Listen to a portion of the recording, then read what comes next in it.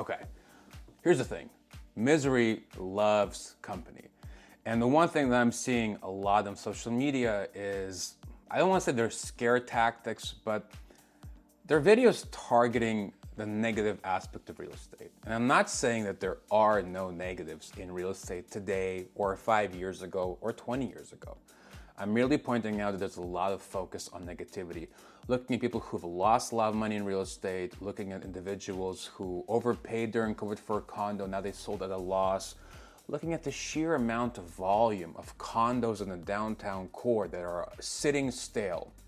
And I understand it's important to notify people on social media to let them be aware of the fact that this is what happens when in 2021 people were, let's say, not smart with their money and they overpurchased and overburdened themselves, and now they're taking a loss. And you should be aware of it. This did happen. However, I also believe it's being taken a bit too far. Now, I work in real estate. You're probably thinking, yeah, Alex, that's the reason why you're making this video, because you want to convince consumers otherwise. This is not the reason. I think there are things happening in today's real estate market that isn't talked about. And I also believe that stats can't be argued. I mean, hard numbers are hard to argue. You can have an opinion about the market, I can have an opinion about the market, but sales figures, they trump all.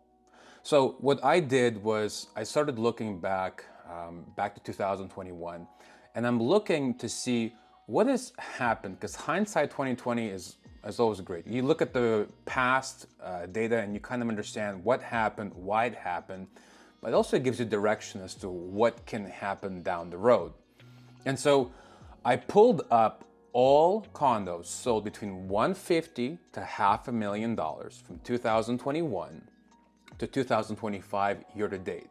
The reason why I looked at 150 because I want to exclude the parking spaces in downtown. They're quite expensive. And I want to look at really what is happening with the affordable real estate and what has happened the past 4 years and what is happening this year. Because I think that generally says and it sets the terms for the market, because any transactions that happen at the low end, they create a ripple effect. And somebody who sells a condo for $200,000 probably is going to buy a condo for $400,000, $500,000, or $700,000. Well, you get my point.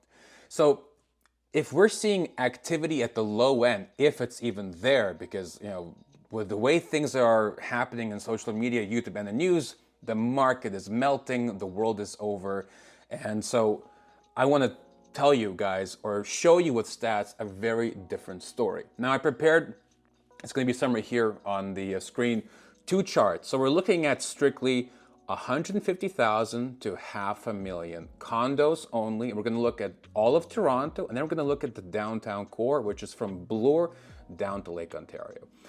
Now, let's talk about Toronto, because it's a bigger market. Now I have a cheat sheet, but I will put it up somewhere here. So in Toronto in 2021, we had 3,046 properties sold. This makes a lot of sense because in 2000 and, give me just 1 second here. In 2021, it was peak market, the lowest rates. People were buying hand over fist, and we all know this. Now in 2022, that number was slashed down to 982 properties. Condos sold under $500,000, between $150,000 to $500,000. In 2023, we saw a slight increase of 1,143 sold. And in 2024, we saw 1,508 properties sell. Now, I've always said this, 2024, at least on my end, was a major recovery year from 2023 and 2022. We finally saw big volume increases. The light at the end of the tunnel was real. Now in 2025, we have 1,251 transactions sold as of the date of this video, which is August 15th. Now, if you take some simple math and you take 1,251, you divide it by 8 months, times it by 12, just giving you a rough number, that's going to put us at 2,148 properties potentially sell by the end of the year, which are under $500,000. Why is this important and why is this not talked about? Well, for starters, in 2021, when we had 3,048 transactions sold, we had a 0.25% overnight lending rate. Right now, we're at 2.75%, which is significantly higher. The rates are significantly higher. And after the turmoil of 2022, 2023, 2024 recovery, we're finally recovering. We are at about 66%, and I'm looking at the numbers at 2,148, which is the forecasted solds for 2025, okay? And we're looking at 3,046 in 2021. Think about the rate difference. Think about the cost to buy those properties. 2025 is going to be a good year. And my question, even though I'm asking myself, is like, why is this happening? Who's buying these? Is it all BlackRock? I mean, is it really this big evil company? I mean, I don't know. I haven't done the stats analysis. I haven't dug into the title search to figure out who has bought these properties. I suspect who's buying these properties is that people who are renting and are seeing that the gap between ownership and, of course, rent is very small, and they're making that move. And I also think it's a lot of middle class and potentially lower class getting into real estate, because under $500,000, those are some really good opportunities. And you're gonna probably ask, well, Alex, this is Toronto, but what about downtown? Downtown's next. We're gonna flip it, because I have to have a cheat sheet. Okay, so in 2021, we had, this is downtown, Bloor down to Lake Ontario, highway to highway, okay? We had 562 properties sold, condos under $500,000, between 150 to $500,000. In 2022, when the rate increases started, we saw 209, so it was slashed tremendously. And in 2023, we had a bit of a pickup to 239, so 30 properties more than the year before. But in 2024, we saw 336 properties sell. Now, here's a big kicker. In 2025, year to date, as of today, 353 properties have sold. If you do the same math, take 353 divided by 8 times 12, you get 528 properties sold.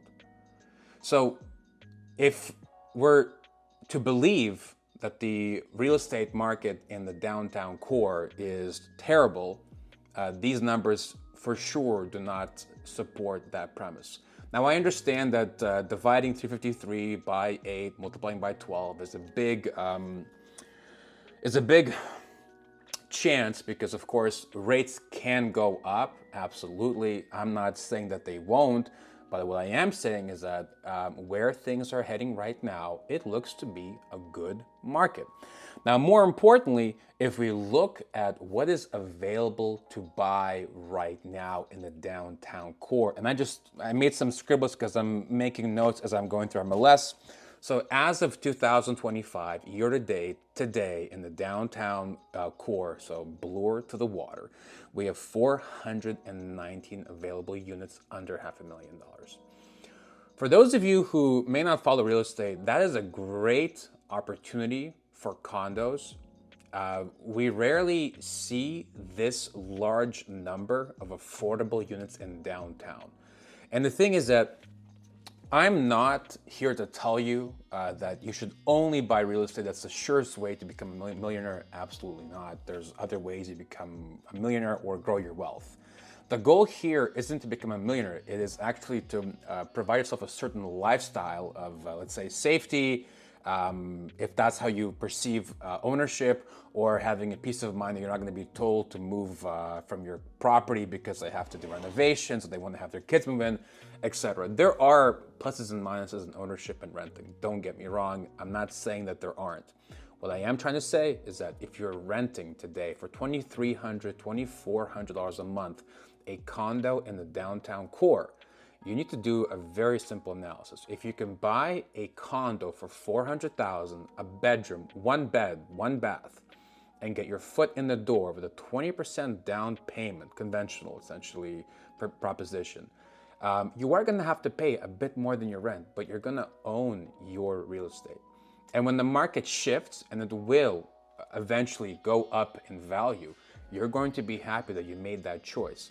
Am I guaranteeing that? Absolutely not. But the thing is that if you look at the trajectory of the real estate market, over time it gets more expensive, and over time the barriers to entry are higher.